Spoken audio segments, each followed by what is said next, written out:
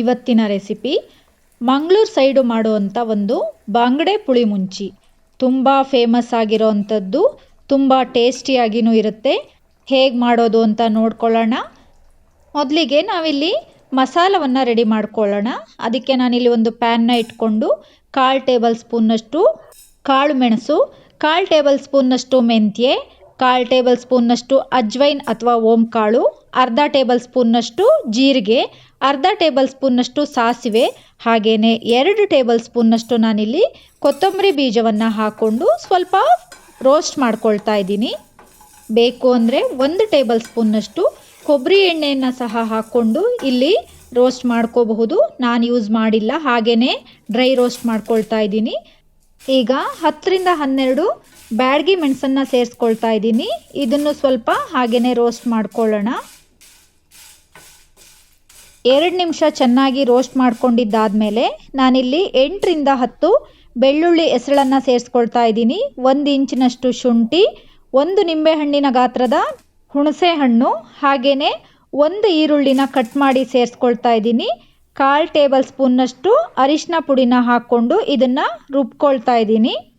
ಈಗ ಸಾಂಬಾರನ್ನ ಮಾಡ್ಕೊಳ್ಳೋದಕ್ಕೆ ಒಂದು ಪಾತ್ರೆನ ಇಟ್ಕೊಂಡು 4 ರಿಂದ 5 ಟೇಬಲ್ ಸ್ಪೂನ್ನಷ್ಟು ನಾನು ಕೊಬ್ಬರಿ ಎಣ್ಣೆನ ಯೂಸ್ ಮಾಡ್ತಾ ಇದ್ದೀನಿ. ಹಾಗೆಯೇ ರುಬ್ಕೊಂಡಿರೋಂಥ ಮಸಾಲವನ್ನು ಇದಕ್ಕೆ ಸೇರಿಸ್ಕೊಳ್ಳೋಣ.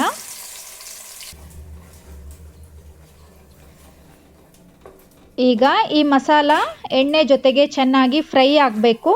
2 ರಿಂದ 3 ನಿಮಿಷ ಈ ಮಸಾಲವನ್ನು ನೀಟಾಗಿ ಫ್ರೈ ಮಾಡ್ಕೊಳ್ಳೋಣ.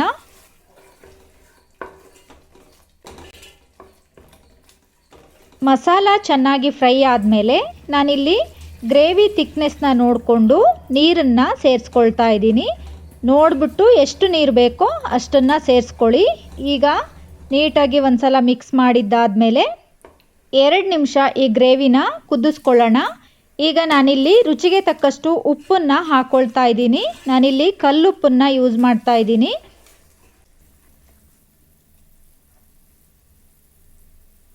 ಈಗ ಕ್ಲೀನ್ ಮಾಡಿ ಕಟ್ ಮಾಡಿ ಇಟ್ಟಿರೋಂಥ ಫಿಶನ್ನು ಇವಾಗ ಗ್ರೇವಿಗೆ ಹಾಕ್ಕೊಳ್ತಾ ಇದ್ದೀನಿ. ನಾನಿಲ್ಲಿ ಬಾಂಗಡೆ ಮೀನನ್ನು ಯೂಸ್ ಮಾಡ್ತಾ ಇದ್ದೀನಿ.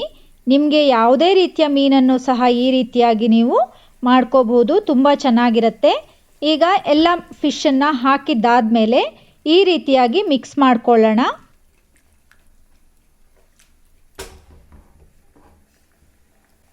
ಈಗ ಸ್ವಲ್ಪ ಕರಿಬೇವು, ಹಾಗೆಯೇ ಕಟ್ ಮಾಡಿರೋಂಥ 1 ಈರುಳ್ಳಿನ ಸೇರಿಸ್ಕೊಳ್ತಾ ಇದ್ದೀನಿ.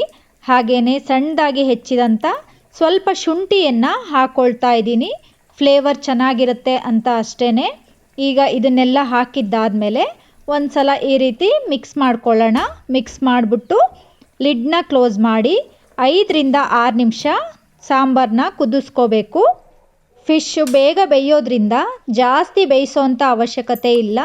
ನೋಡಿದ್ರಲ್ಲ ಎಷ್ಟು ಈಸಿಯಾಗಿ ಮಂಗಳೂರು ಶೈಲಿಯಲ್ಲಿ ಬಾಂಗಡಾ ಪುಳಿ ಮುಂಚಿಯನ್ನು ಮಾಡ್ಕೋಬಹುದು ಅಂತ.